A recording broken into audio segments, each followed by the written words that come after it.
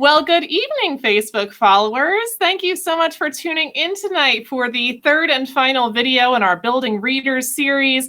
I am so excited to have Veronica Byrd with us from Parents as Teachers. This is going to be a fabulous segment, so make sure you stay tuned in with us.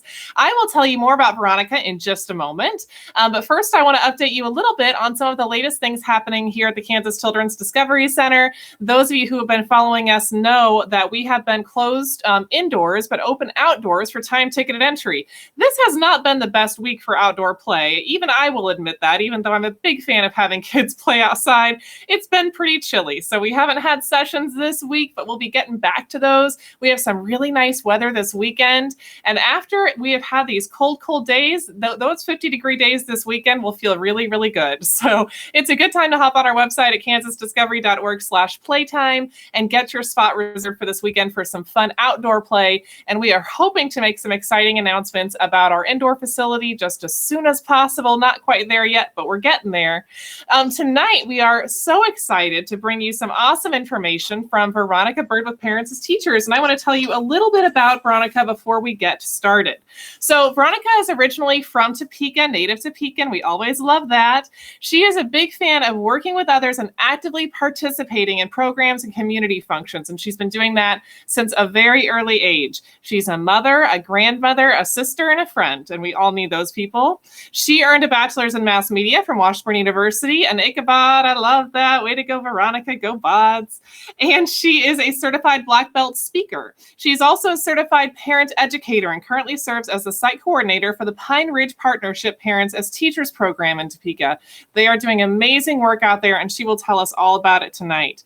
Veronica is the youth and family coordinator for Topeka Housing Authority's after school and summer program, and this allows her to fulfill one of her greatest satisfactions in helping others realize how valuable they are. She works daily with at-risk families and helps them meet goals, promotes family-driven solutions, and offers awesome resources for families all over our community. We are so blessed to have her here with us tonight for the third video in our Building Readers series, and I'll mention this again at the end, but this is the third video. We've had two others that have been excellent. Those are all going to be available on our website at kansasdiscovery.org/read the minute this broadcast is over. So kansasdiscovery.org/read is where you can get all the information about our Building Literacy series, and you are really going to enjoy seeing all those videos, including this one. So now that we've heard a little bit about Veronica, welcome, Veronica. Thanks so much for joining us tonight. Thank you, Laura. I was waiting for you to keep going.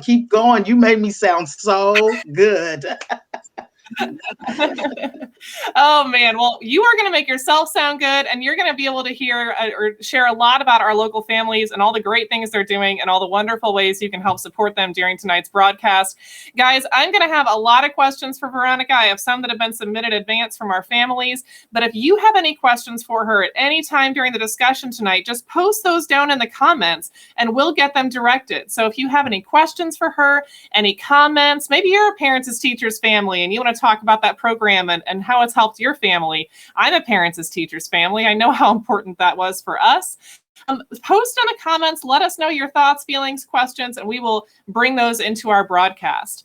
But I want to make sure we get the chance to let Veronica talk a little bit about, the first thing I wanted to talk about is literacy, because Veronica, when we were setting up for this broadcast, I wish I could have been recording you at the time because you were speaking so wonderfully about literacy for young children. And one thing you said that I wrote down, because this was really exciting for me, is this idea that literacy isn't in a book, it's everywhere. Tell our viewers about that who weren't as lucky as I was to hear you talk about it last week. Absolutely. First of all, thank you again for allowing me to be on your program. And when we talk about literacy, I think about that from 0 to 3, we learn to read, and from 3 on up, we read to learn. And oftentimes when we think about literacy, we think about words on a page. It's always in a book. But that literacy is everywhere we look. If we're identifying and can understand, then we're literate about something. And so when we talk about literacy, even in our program, it starts from birth or before birth even. That is something that we work on as far as literacy is concerned. So it's not just in the pages of a book, it's everywhere. And it's up to all of us to be aware of our surroundings and make ourselves literate, learn every day as we go, because it doesn't matter what field we're in, it doesn't matter what position we're in. If we always keep a mindset of growing, it's kind of like you want to keep that color green in mind, because a lot of times when people think of green, they think of money. When I think of green, I think of growing. And as long as I can keep that mindset of growing and I can learn from anybody, I know I'll be successful in whatever I do. I love that. And I love the concept that literacy is not so limited, because that's one thing we're going to talk about that throughout the broadcast. And it's something our other presenters have talked about as well. So many parents have the idea that building literacy for kids or getting our kids ready for school is them being able to sit and look at a book, right? And that Right. can be a way that we encourage kids to get excited about reading, but there's so much more to that. I know that's a Absolutely. lot of the work that you all do in Parents as Teachers. Can you tell me a little bit about the Parents as Teachers program? What is it? What does it do? A lot of people don't know anything about that program, and it's so cool. So tell us all about it. Absolutely. I'm going to tell you, I'll be honest. Before I started working there, I didn't have any idea about it either. I happened Right. to run up on an application and it said parents as teachers, and it happened to be in the neighborhood in which I was born, and that was Pine Ridge. So that's what really originally sparked my interest in it. And then as I went on and I interviewed, I thought, I can do this. I want to give back to Mm. my community. I want to give back to the families where I'm at. So basically, Parents as Teachers is a program that is geared towards prenatal to 3 years of age. And we also serve up to 5 years of age, but basically up to 3 years of age. And the purpose of our program is to make sure that our families, first of all, the main thing is that parents are their child's first teachers. They are Mm. the ones that lay the foundation for everything. And one of the things we build on is foundation. That's what it is from step one. It's the foundation. And when you think about the foundation when it comes to families and babies, we have to start from the beginning. That's why we start with the Mm. prenatal program. We give the families information on what to expect, what should be going on, as their baby grows inside of them, how their body should be feeling, what kind of foods they should eat. We talk about exercises, we talk about resources, even from the beginning. We even tell them about literacy when they are carrying their baby, because it's at that point, because like about 1 to 2 months, you should talk to your baby. I mean, they're in there, but just say, tell them, I'm going to be here for you. I'm your Mm. mother. I can't wait till you get here, but I'm going to be your protector. Just talk to them. As it goes on, maybe about the third month, maybe the next visit, you'll be able to hear their heartbeat. But in the meantime, start to read to your baby. I even later on, I'll show you a book where it's specific to a baby in utero. And so I think about that and I thought, I have an opportunity to help these parents, give them information that is going to help to form the foundation of their baby. And there's nothing more exciting than that. And as they go on, we offer so many resources. We have our wonderful play groups that when you talk about going to preschool, we are excellent prerequisite to preschool, because we do Yeah. everything from the story time at the rug where the kids all sit down. We do a thing with our sticks. It's a routine, a ritual, and we're watching to see if they're crossing that midline. We're singing songs, we're doing rhymes, we're teaching them all those basic things that are going to help them later on with literacy and learning. We also attach that with an art project so that if they're hearing it, we're singing about it, and now they get to get their little hands involved in it. We're really making steps so that that can be something permanent within them. We always read a book. Literacy is a part of what we do, and reading at that time is a part of what we do as well. Because as you know, kids will understand words before they can say them. So the more words we Mm. say and do and introduce them to it, that's the more their world is opened up. We have three different Mhm. areas that we focus on. There's our parent-child interactions, and those are the activities that we do. The one thing that's really great about this is that these are all homemade toys where they can do things with their fingers and they learn. Let me go back and say they learn through play. And that is absolutely the most meaningful and helpful way for them to learn. And I'm sure you can attest to that, Miss Laura. The different things that we brought out were like the homemade toys. And oftentimes, I'll just be honest with you, a lot of parents get mad with us because we come with our little Kleenex boxes and our tubes to blow in and all that. And they've went out and they spent all this money on these toys that are big, fancy, lighted up, and the kid wants nothing to do with it. They want to play with the box. So we have to explain to them, early on, it's not about the money you spend in those toys. It's the quality, that quality time. And we can teach you of ways that you can make things at home, and it can be just as effective working with your toys. So we have that. We have our developmental parenting. We talk about the attachment. We talk about the sleeping. We talk about the nutrition. We talk about all of those different areas, transitions and routines. We also talk about family well-being. And oftentimes that's not really considered, because when we talk about kids, they think it's all about the kids. But if the mother or the father or the guardian aren't in place, if they're not at their best, then they typically cannot give their child their best. So we go in and we talk about the family well-being, which encompasses everything from their home to their basic resources to jobs, employment, education. I mean, we really have a rich, um, just a plethora of things that we work with the families on, because we figure that if any one of those things are out of place, then they're really not functioning as well as they could. Kind of like a car, you can have a car and it can be going along and the light bulb can be out, your headlight can be out. It's not going to stop the engine from going. It's not going to stop the gas from pumping where it should go. You're still going to run. You're not going to be able to see good as you can, but you can still function. But let something major be out of there, like your interaction with your child, the family interaction and playtime and all that. And you're going to see a big void.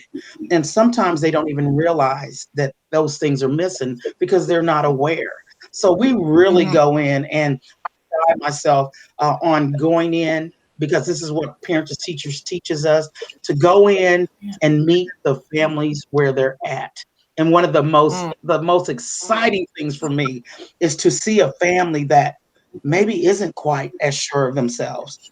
Maybe they do need a little bit more help, and to watch them grow and then to see them just experience a transformation of mindset, their attitudes change, the way they carry themselves change. They start to take initiative, and they know, which is our goal, by the time we walk out that door, when their child has turned 3, that they can do anything, because we've taught them how to get resources. We've set them up for success.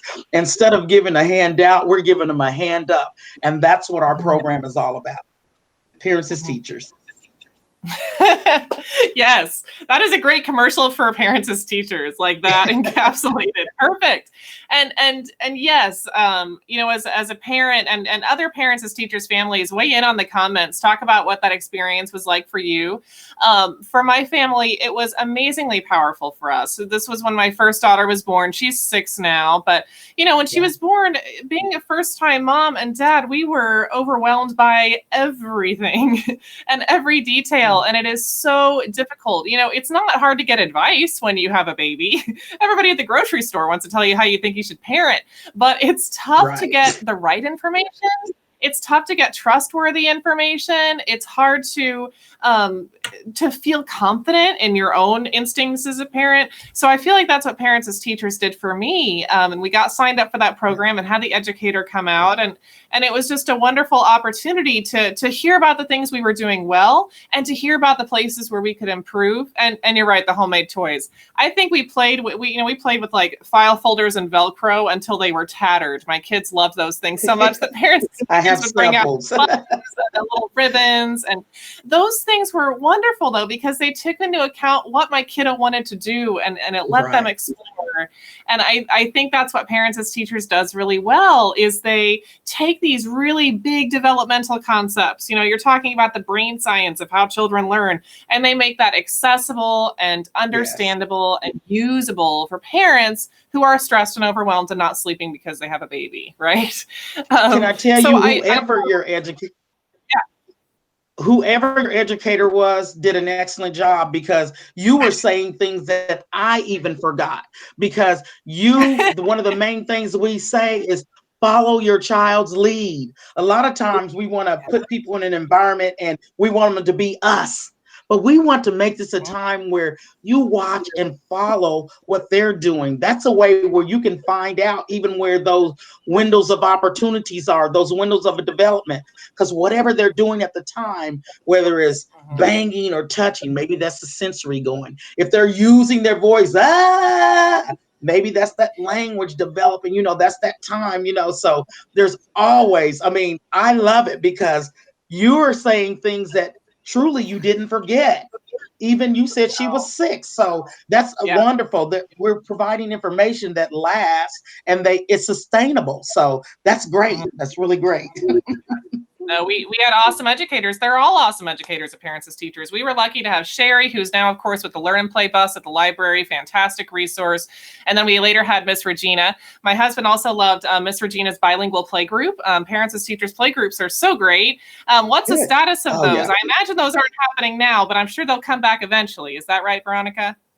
Right. So right now we are on hiatus, and I'm going to tell you, I see families in the store and they're like, are the play groups opening back up? And I was really blessed to have a bilingual following. And so the lady that I just saw recently, she still doesn't speak a lot of English, but she kept saying play group. I said, not yet. And just the look on her face, because I know for a fact, as we were playing amongst each other and with the kids, we were also learning, because we were switching words. I'm saying, how do you say this? And she's telling me, and then she's asking me, how do you say that? And I'm telling her. So we always found time and ways to make it innovative. And that's what I love about our program. Nothing set in stone. We always have learning experience. We have everything from even our lending library, where we lend out books, and they are quality books that the parents can check out. We lend out toys. They can come out and check out toys. We also have a clothing bank. And I'm going to tell you something that I know that just really blessed my heart, because we have clothes that we give out. And I remember a family would just come and they'd hit it up just quite often. And eventually it got to the point where they were coming and donating things back. And I'll just be honest, maybe it wasn't even something that we can put out that someone else would want to take. But the fact that they had been given to and they were willing to give back, we already know that's a great mindset to have. And as long as that carries on in other things in their lives and other areas, then we're doing our job, which is a yes. So, yeah. Well, Veronica, we're hearing from lots of people on the post who are excited about Parents as Teachers, which is awesome. Let's hear from a few of them. We've got Beth here. Beth is saying, and it cuts off, so I'll read these. Beth is saying, I didn't know about Parents as Teachers with my first 2, but I started going to play groups with number 3 when she was little. Seeing other peers helped us recognize delays in our own child, and they helped us get early interventions. That is such a critical piece of Parents as Teachers, is that early intervention piece. Can you speak to that? How do you support families when they feel like they might have developmental delays, they have questions? What does that look like for you? So for me, when I go in with my families, I just never jump to conclusions. I always kind of sit back and kind of look at what's going on, because sometimes, that child just doesn't want to talk because I'm a stranger. Sometimes it's, Yeah. they don't want to be involved just because, everything's new. But as we get to know each other and we ask questions, and we take the screenings, because that's another thing that we offer. We offer the free screenings. That's everything from their hearing to their vision to their ASQ, which is going to do the three, which is going to be more of the active things, doing their gross motor, their communication, their fine motor, their personal social. Then we also do a personal social one, which is the SE. That one is a tool that can even pull out autism to see if there are things going on there. But if we do see that things might not be quite right, we have options. We refer to like the tiny Ks and the PIP programs and all that. We also bring out activities like we talked about that are going to help to meet those milestones and to get those children where they need to be. When we do those screenings, we don't do it to try to say what you're not doing, but more so where you're Mm. at, and then give us the opportunity to look at goals so that we can work on goals for those babies and those families as well. So we have an awesome network of referrals that we do along with the different activities. That's where how we go with that. You're really echoing what we heard last week from Josie Dees, who works in Siemens schools, and she works mostly with special education families in their pre-K programs, and she talked a lot about the importance of early intervention, right? And the fact that a Oh yeah. lot of parents might be afraid to ask questions, might be afraid of having a label put on their kid, might be afraid of some of those things, but the early interventions can make such a massive difference for kids, right? Yes. So Yes. there's lots of good information about that, not only on the PAT side, but for the pre-K side as well. So that's another good video to check out for those of you who are watching. But we're also hearing here from Callie. She says, PAT is amazing. It has been a great resource for our Good. family, for my two girls. The homemade toys are the best and have taught us how to make all of life experiences a learning opportunity I recommend for any and all families to try out. I totally agree, Callie. Tammy says, we love Regina with Parents as Teachers. She had Regina too. That's awesome. Good. Or has Good. her. We're getting a shout out for Sherry with Parents as Teachers, all the Jerry. educators. Yeah, Tammy is saying we love Regina with Parents as Teachers. She's been with our twins for over a year and a half, and they turned 2 in a month and a half. Oh my Oh gosh, she has wow. baby twins. That's great. Bless it, Yeah. Tammy. I'm so glad Parents as Teachers is supporting you in that. I had one. It was hard enough. So way to go, you. Tracy says, love Miss Veronica. So grateful for her and the PAT program. We Oh, learn so much every Tracy. month. There's one of I your love her That's kids. awesome. Yes. And Tammy was also, came back and said that Regina is the reason we have Tark and our amazing team with the twins. I had Wow. blinders when I was little and I didn't realize he wasn't responding to sound. That is a really easy thing to miss, Tammy. So good for you for getting parents as teachers in who could help identify that, because so many parents have a hard time picking up on that when their kiddos were little.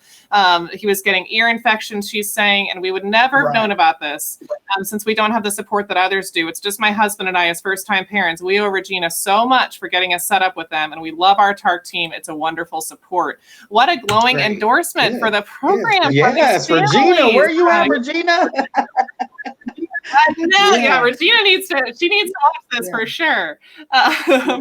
Oh, and it looks like one of your kiddos is watching there too. Hi, Willa says, "Oh, Willa. Miss Veronica." Tell Cora I said hi.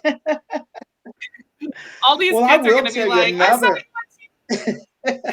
another opportunity that parents as teachers has allotted me is to be able to work directly with teen mothers.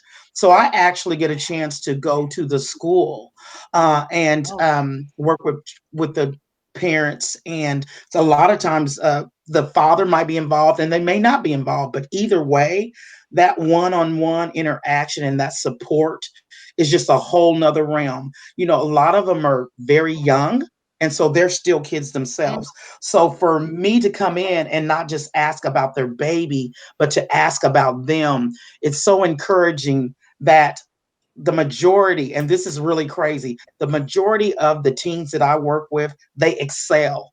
I mean, they're in high honor. I mean, they make high honors. They go on to get their little credits at Washburn Tech, and then they go on to college, and then they get jobs. And I'm just so amazed because sometimes it's hard for me to get out of bed and get to work on time. And they're getting up and they're getting their kids there, and then they're taking this information when they're getting stuff from everywhere. And sometimes that can be overwhelming. But I make it a point to say, how are you doing?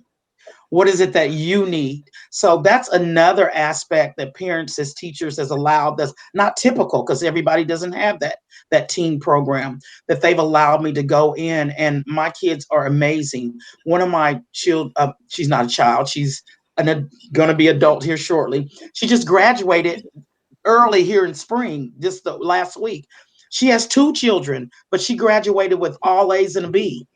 She's already accepted in three different colleges. We were just our last visit making preparation on what the next step. So it's not only for the babies, it's for the family as a whole. And that's just one more example how exceptional our program is. And when you were talking about how people, oftentimes people aren't open to hear that there might be a delay with their child. So it really takes finesse and tact to not shut them out or close them out, because nobody likes somebody to say something's wrong with their kid. It's automatic. That's my baby. No, that's not. And so to be able to build a relationship where people are open to the resources and the information, it's amazing. And I didn't have parents as teachers, but I would definitely endorse it for anybody at this point in their life. So Yeah. What does it look like, Veronica? Anybody hearing this who's not signed up for the program is going to want to sign up for the program. So what does that look like? Can they go to your website to get signed up or learn about if they qualify? How does that work? yes, they can go to the website. I will tell you, only thing you need to qualify to get into our program as far as the 501, there are the Yeah. Seaman parents as teachers and other, but 501, you just need to live in the 501 school district. You need to have a child. You need to be prenatal or a child within the ages of 0 to 5. We do serve up to 5, but typically we're 0 to 3. Now, there are some cases when we keep them on longer, but typically we're 0 to 3. There's no income limit or anything like that. If there are delays, then oftentimes we can get you, because we do have a wait list, we can get you ahead. You can go online and sign up. And typically, this is what it looks like. Can you see that Oh card? yeah, All it that is a card looks name, familiar. address, telephone number, Yeah. emergency number, your child's name. That's it. That's all it takes. And everything we do is free. Mhm. Which is amazing. And I think that's important to mention about the qualifications, because I know there have been changes in the qualifications even since my family was involved. For a while it was more limited, then it became less. Right. So yeah, hear that, what she just said, folks. If you're still thinking that Yeah. PAT has income restrictions or only serves children with They took them developmental away. concerns or whatever, Yes. throw that out. Parents as Teachers is here to support your family. If you live in 501, Veronica's program is an awesome one. So check out their website to get more information. We'll make sure we drop that in the comments, friends, so that it's really easy to Yes. click. We will even do the Yes. Googling on your Very easy. behalf to get you signed up Yeah. for Parents All as right. Teachers. Another program I wanted to ask you about, Veronica, is the Brush Book Bed Initiative. So that sounds interesting. And earlier I was thinking Right. about this, especially when you talked about routines and how you build that into your groups. Right. This sounds like a really cool routine-based program that's neat and that you're sharing with your families. Tell our viewers a little bit about that. Absolutely. So basically, through our partnerships, like I said, we're not the typical Parents as Teachers program. We have a lot of group connections where we do different things outside of. Just recently, we had a pancakes with PAT. And so we did a Zoom call where the parents were at home with their children making the pancakes, and we were at the office doing it, just leading the thing. So we had a uh, health event down there at Pine Ridge. And one of the ladies that I connected with, we just kind of clicked. And she was with the dental piece of it. And so she came back like a month later and said, would you like to partner? And what she talked about is we'd like to start this initiative in Kansas. We want to promote We want to promote brushing teeth, but we wanted to incorporate literacy as well.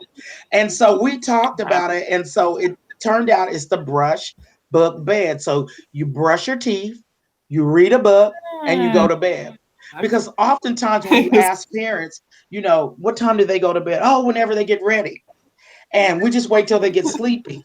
And that may work for some, but the majority of the time, when there's no structure and there's no real set bedtime, it kind of throws everything off. So, what we tell them, and parents as teachers, when you have routines and you have structure, that's what the children need.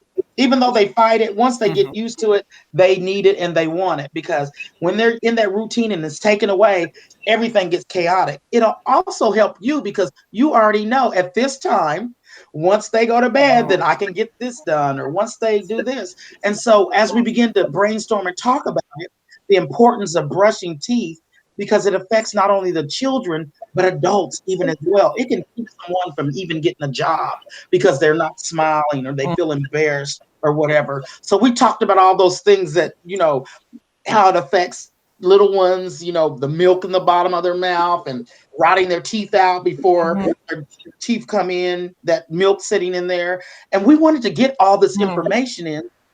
But sometimes when you just talk about a dental fair, it's not really, we know we brush our teeth whenever. Sometimes when you just talk about a book, we get books all the time. But when you put that combination of, hey guys, you don't even have to be in the bathroom.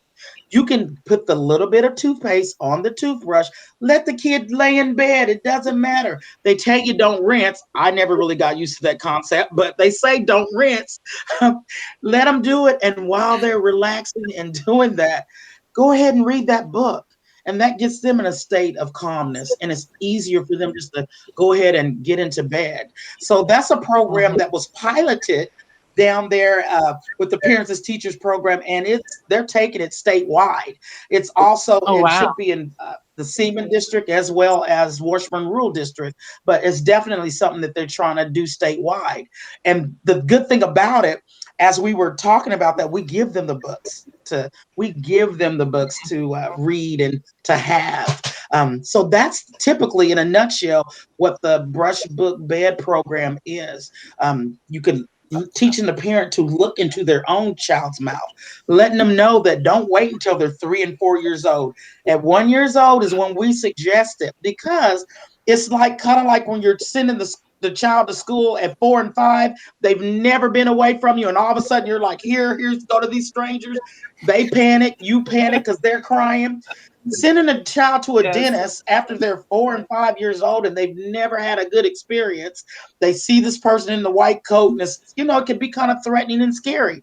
So getting them used to, first of all, doing that self-examination yourself with your child, with the brush book bed, looking in your child's mouth, and then getting them to that first year's checkup where they'll just go in, look at the gums, and it's more of a relaxing thing, and it's not a scary thing for the child.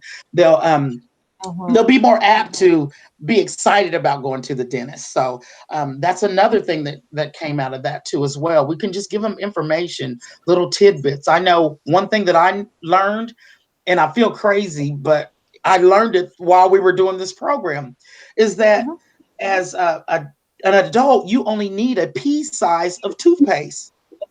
I was one of those ones that had to have it from the top to all the way across the brush.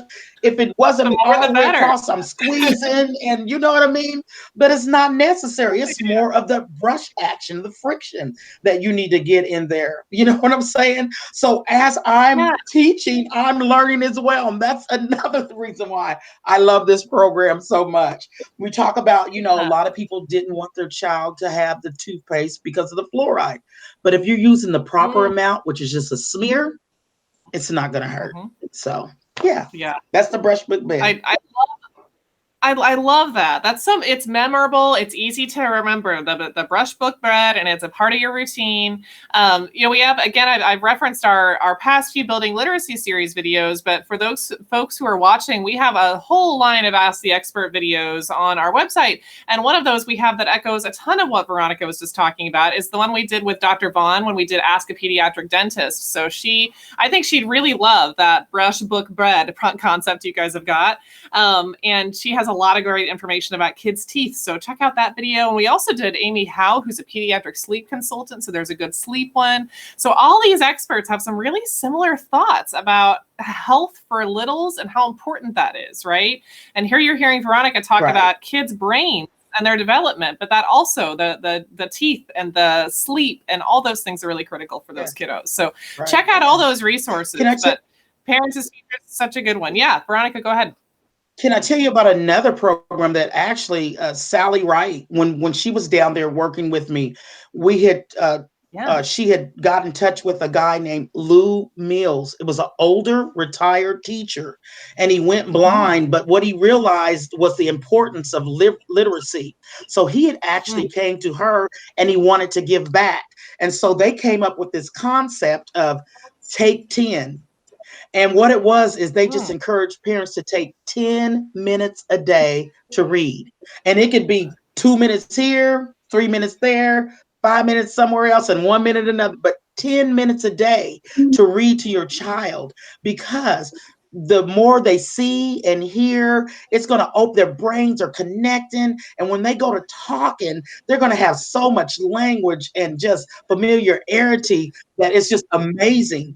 And so once you do that 10 minutes a day, they want you to make sure and make those books available to the child. So we had ordered books that were, they're indestructible. They're indestructible. You chew on them, they spit on them, they can bite on them. They can't tear them, because I'm going to tell you, so many parents say when they're reading to their baby and the baby, and they take the book away because they don't want them biting on it. They don't want them tearing on it. Well, we don't ever want this to be something they're scared of. So you have to get age appropriate books. So this is something they can definitely explore with. And then we would give books every single month to our families. So by the time they were 3 and 5, they had their own library. And it was such a wonderful thing, because most of the time a child would have a favorite book that they would go over and over and over and over with to that book.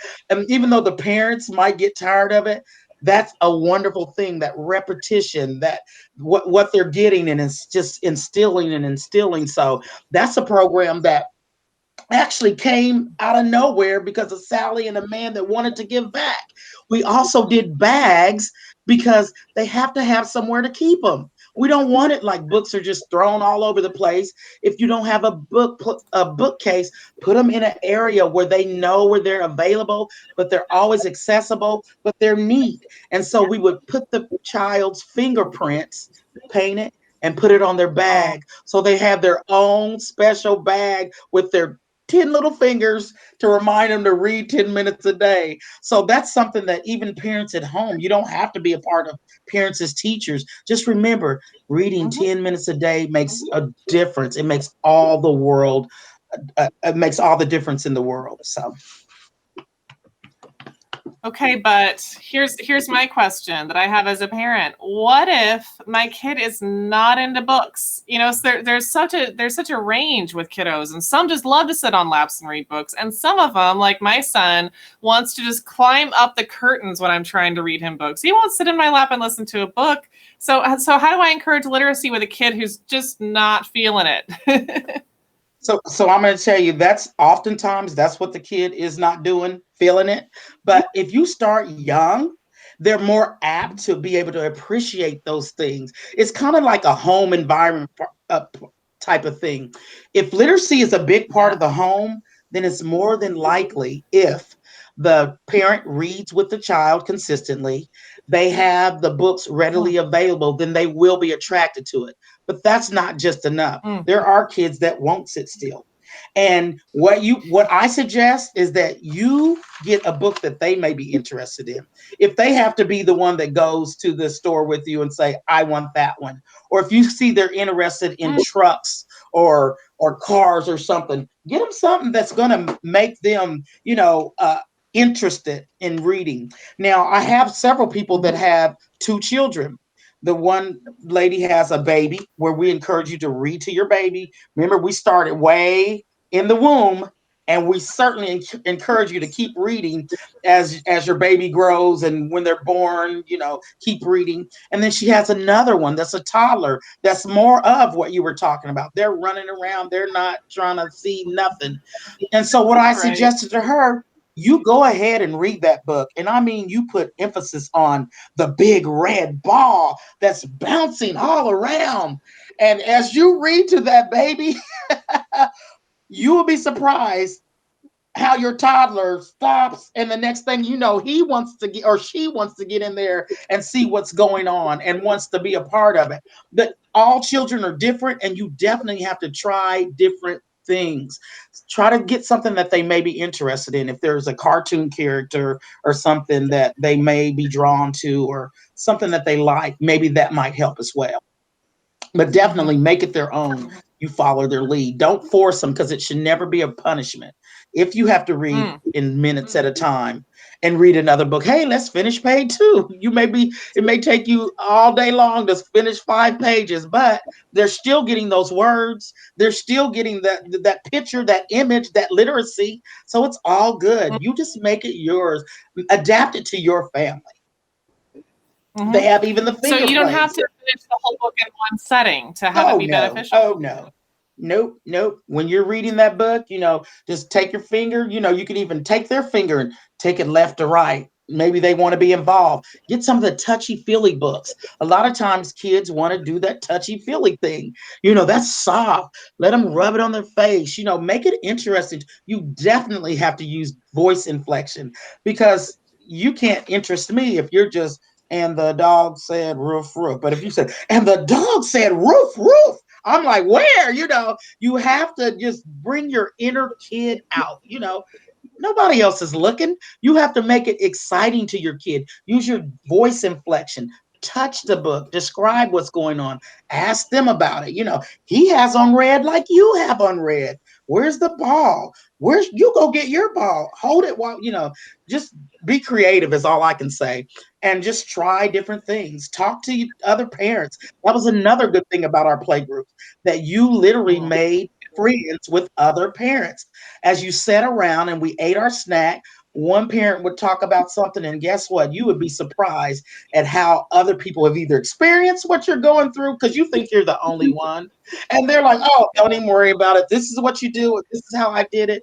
And it's such a bonding experience to know that it's not just me, because a lot of times we beat ourselves up. We blame ourselves because we don't think that things are going perfect, or we feel overwhelmed, or we feel like we're not doing enough. But when you could hear other people talk to you and hear, that's just common, and this is how I managed it, or I'm still going through that. Here, let me give you my phone number. When you're feeling this way, let's talk. It's also a social, emotional time for parents as well. So, like I said, we just have an amazing, amazing program. I can't wait until we get back to normal, where we can have our play groups and all that. But until now, until then, we're doing the Zoom things. Get your lighting ready. No, and that makes sense. That makes sense. Another thought I have on books, a question I had about books that I wrote down when you were talking about getting kids into books and getting them excited about them. And this is real talk, Veronica. So my son does have a few books that he's interested in. They are the books that he wants me to read over and over and over and over again. And Veronica, if I have to read 15 Animals one more time, I'm going to lose it. Like, I can't like the same books over and over. So I understand that's normal. I understand that's developmental. But as a parent, how do you deal with a kid that wants you to read a book that you find annoying as anything 50 times a day? Help me. Well, my book that my son had was Inside, Outside, Upside Down. And Yeah, there you he go. wasn't even talking. I think he was probably about 2. And I would try to skip the pages because that was not a little book for a kid. I mean, for a kid Yeah. inside. And I would try to skip the pages and he would not, he would go Don't. back. That's No. just something you're going to have to take for the team. Take one for the team because really the more he reads, maybe you can start pointing out different things. So maybe if Mhm. there's a football in the book or something, you can say, look, there's the football's brown. And maybe the next book, look, there's a football in this book, let's read about this football. You definitely, nothing is set in stone with kids. I don't care what Mm. anybody says. You can say at 1 you should be doing this, well somebody else might be doing it 9 months and other people might be doing it at 15 months. So you have to be Mhm. creative with your child and never be afraid to step outside the box. There's other ways to get literacy and words involved in your kids. We have finger plays that we give out too. Oh. Everything from Itsy Bitsy Spider to London Bridge, we just have finger plays. If you don't think that foundation is everything, it is. There are things that we were taught when we were little that we will never forget. So, for Mm. instance, if I said the Itsy Bitsy Spider, what would you say? Goes up the water spout. And Absolutely. Well, you up have the little ones, little, so you might, what was the yeah, thing? you That's what might be I can't doing get that that quite right. often. But for some of us, where our kids are grown and they have kids of their own, I'm not sitting around singing the Itsy Bitsy Spider every day. But when somebody mentions that sentence, Mm. automatically I can finish it. And so at that point, when they're learning and they're reading, there are other ways to do that. We have our finger plays that we offer. Everything from the Itsy Bitsy Spider to Old MacDonald, a hat of form, and all that.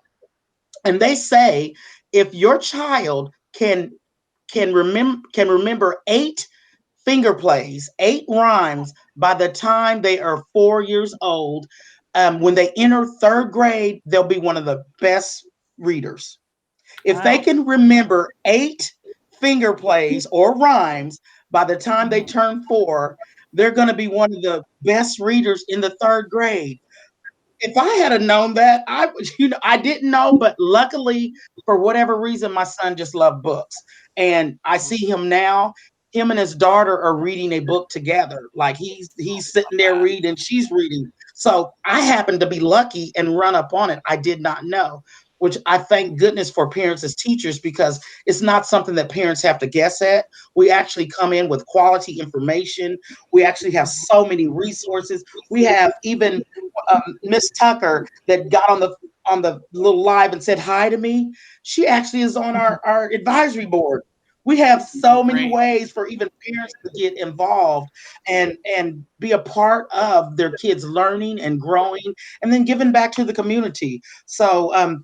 literacy is everywhere. Even when you're eating food, look at their plate. Look at the yellow macaroni. Is it soft? Is it yellow? Is it what? Just use your words. If you're dressing your kid, let me see your fingers. Put those fingers in. 1, 2, 3, 4. Make it silly because guess what? They will anticipate that. The little roll them up, roll them up. The kids are already like this because they're getting ready to throw it in the pan and tickle them. So they know. Sometimes, even with us or other people, the younger generation, maybe they're not so into the nursery rhymes that we were brought up in. There are all kind of innovative ways. There's the truckery rhymes, and it takes Ooh, actual rhymes that we typically know, and it actually just puts a little spin on it. I'm just going to read one really quickly to you. do So it. it I says, want to hear it. I haven't Ja- read this book. it said, Jack be nimble, Jack be nimble, Jack be quick, Jack smashed through the wall of brick. And see, it's a wall of brick. It Oh, just I puts a love little bit of a that. different spin on it.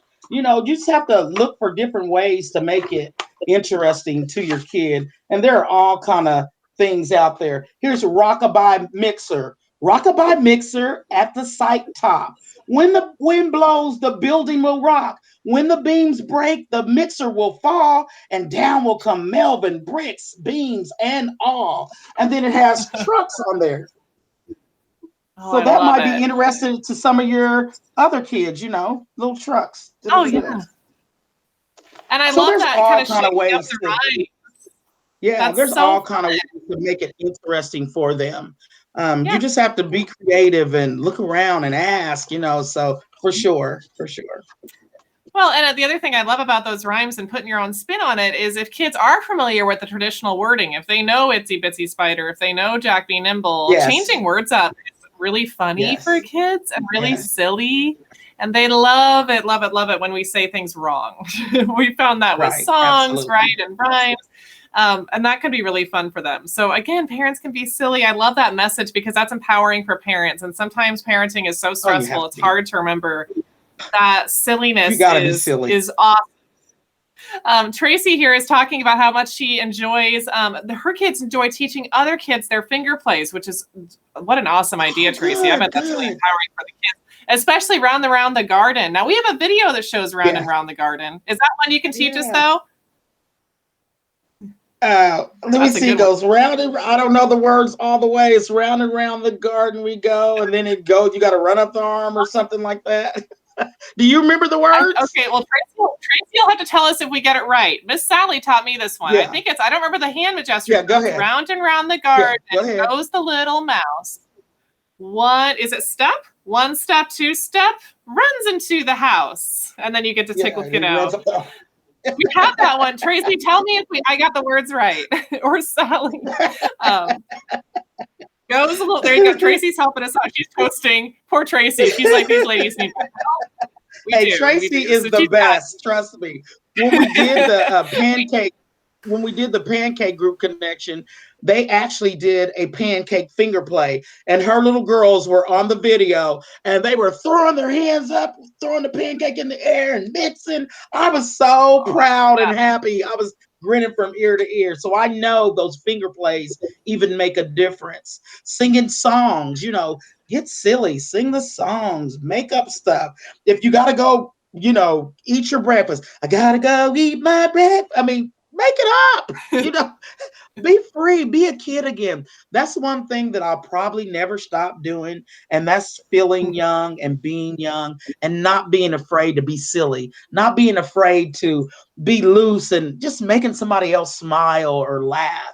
If you notice, even when you're talking to your baby, when you make your voice go higher and you're the baby just more engaged, and it actually helps their brain to even connect even more. So use that parent tease language. And if you're up having a good time and moving, guess what? You're setting the tone for your baby or your child, your toddler to do the same. If you're telling them, go ahead and do it, they might do it, but they're not going to have near as much fun if you or your sister or brother, mom, dad are out there doing it with them. Let loose. Let loose. I love that. That is so empowering for parents. That's awesome. That's awesome. And Sally just confirmed that I got the words right. So whew, that's what a relief. Thank you, Sally, for teaching me that finger rhyme because I've done that with my kids at home, and that's a really fun one. And we do have a video on that. Sally actually has a whole bunch of infant play Oh, videos yeah. Oh, on he has our so much website, and you knowledge. can get those at kansasdiscovery.org/baby. So those are really fun. But you've talked a lot about finger plays and the importance of kids playing with their fingers, which is really, really interesting. Why is it helpful for kiddos to play with their own fingers? Why are the finger plays important for kids when they're developing? Well, first of all, your fingers, when you're moving these around, you'll notice one of the first things babies will even do is get their fingers or their thumb or they're sucking to their mouth or whatever. Yeah. When you're using your fingers and those are fine motor skills, even for picking up and identifying things and going for them, writing skills, you want to strengthen those fingers to do that. But when you're using these hand motions while you're singing, that takes some coordination. That takes some thinking, anticipating, and movement. So we want to challenge those cognitive skills. So it's actually an excellent way to get all of those all those sides of the brain, parts of the brains moving. I'm singing, I'm moving, I'm anticipating, and I'm, just kind of making sure that we're getting that movement in. It's making those hands also strong enough so when they start to write later on when Mm. they start to write and they've been using those wrists and doing all that, when they're moving and they can clap and do whatever. These motions are everything. When you're holding things, like I said, it'll strengthen those fingers to do things that you'll need to do later on. Yeah, As I well as, love that. speaking of strengthening stuff, that tummy Yeah. time, that's what's going to strengthen that core, so that when it's time for that baby to sit up, when it's time for him to sit up between 5.5 months or so, then if you've given them Mhm. plenty of tummy time, that's going to help them to be able to balance themselves and to have that strong core, so that when they get ready to start crawling, the more tummy time you get, the stronger that core, they're going to have the strength to be able to get on those hands and those knees. And somebody might ask, well, is crawl? Because I'm gonna tell you, there's about two things that I know for sure parents want to do too soon. They want their kids Mhm. to walk and they want them to be potty trained. Okay. But there are Okay. steps to it. Make sure that your baby is crawling first, because that is a thing, that's their foundation. When they learn to do that opposite arm hand movement, when they go to walk, it comes naturally. If you will Mhm. notice, there's a few people somewhere, and you'll notice they almost walk like a Frankenstein type. They don't have the balance to be able to go back and forth.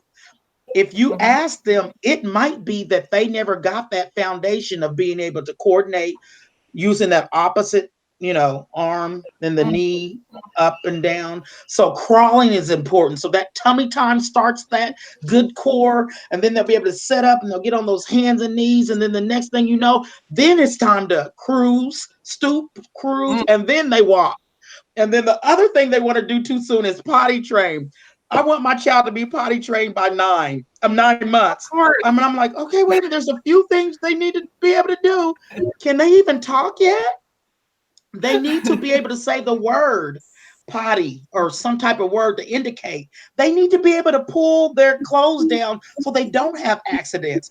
They also need to be able to stay dry. Like if they go to sleep during the day and they take a nap, if can they stay dry for those couple of hours, and wake up Mhm. dry. You know, there's some things that have to take place before we make them do what we feel they should do. Because oftentimes when you pressure it and you push it too soon, it becomes a fight. And if they Yeah. potty train too soon, oftentimes they digress anyway. So just some things Yeah. you just relax. I wish I could learn through play still. I mean, now it's a little bit more serious. We got to do paperwork and all that. But learning through play is so amazing. That is the best way to teach your child. If you watch what they do, if you watch it and follow their lead, you'll be surprised at what you notice about that child. The more you support them and what they do, that's building that positive, that secure attachment. And guess what that does? When you build secure attachment when they're little, it helps them to Mhm. explore. It helps them to imagine. It helps them to be able to know, if I try this and I fall, guess what? I know somebody's back here that's going to help me get back up. It helps Mhm. them to be able to take those chances and just be creative, because you're learning you're helping them learn and explore all this together. So the best thing to do is just follow their lead, listen to the advice of others, and take into consideration. You have the choice. You have the choice to make your own. You have the chance to make your own choices. But be Mhm. aware of the choices that are out there. Be aware of the things that are available. Be aware that there are people that will help, and there are so many resources, and there are so many things that you can do within the confine of your home that are don't cost you a dime. Because I can guarantee Mhm. you, children want your time more than they want your Mm. money. They want Mm. your attention. Your quality attention is everything. And it doesn't do any good to be around them all the time and not do anything. You have to interact. You have to show them that love. You have to praise them when they do something good, because the more you praise them, that's the more they're gonna want. That's just like Mhm. us. If somebody tells us, we look good in that certain outfit, we might wear that outfit a little bit more often because we like it. You know what I mean? So, I do. we do Uh-huh. that same thing with our families. Encourage them. Find the good things and build on those. Find the positive things and then build on those as well. And You have said it, Veronica. I feel like you shared so much good information tonight for parents, so many resources, so many good ideas, and I think what I'm going to take away is a lot of empowerment around just the idea that as a parent, there's a lot you can do that is simple, right? If you're being silly, if you're there for your kids, if you're interacting with your kids, it's not so much about investing in all the best toys and, spending money to get them all the stuff. It's taking that time with them. That's a really powerful message for parents. And I appreciate that. I'm sure a lot of our viewers at home do as well. We've had a lot of folks tuning in tonight. Any final thoughts, Veronica, that you wanted to share with folks before we call it a night? Well, I'm just going to tell you all, I know we are all going through something with this, the COVID thing that's going on, and even the blackouts that are going on. I Oh, was just yes. hoping we wouldn't get our electricity wouldn't get shut off now. But with everything that's going on in the world politically and just socially, let's make sure you're taking care of yourself. Make sure that you are finding time to see about you, because if you aren't there for yourself, you can't be there totally for your child or for your home. So I encourage you to do some self-care. And before I go, I just have one last thing to say. To the world, you might be one person, but to one person, you might be the world. So keep going. Oh gosh, I love that. Wow, what a beautiful send-off. Well, friends, we are thrilled that Veronica Byrd from Parents as Teachers could join us tonight. Again, this is the third in our series of building literacy, folks, and you can find the whole series at kansasdiscovery.org/read. So if you go there, you can check out our video with Josie Deese from Siemens Schools, and you can check out our video with Lamanda Broyles from Shana Early Learning Academy at Topeka Public Schools. In just a few minutes, we'll have Veronica's video up there as well. So if you missed any of it or want to rewatch or just catching us at the end here, you'll have the opportunity to watch the whole thing either here on Facebook or you can check out kansasdiscovery.org/read and get all those videos. We are thrilled you could join us tonight. As always, if you have any ideas for a future Ask the Expert segment, please share those with us. We've had a lot of great Ask the Expert segments that have ranged from pediatricians, pediatric dentists, sleep consultants, educators like Veronica, and everybody in between. We've also had a lot of really cool professional segments that are designed for kids to watch. We've done Ask the Rocket Engineer. We've just done a lot of different careers and professions that have been fun. So if you have an idea for an expert you would like to see on a future Ask the Expert segment, please suggest that in the comments. All of the folks we brought on have been suggested by viewers who say, hey, I think it'd be really cool if you talk to somebody about infant sleep, for example. We're happy to take your suggestions and bring those people to you. So let us know if you have an idea for a future segment. In the meantime, check out all the videos on that website. Stay safe and warm out there in Northeast Kansas. And we hope everybody has a wonderful evening. See you next time.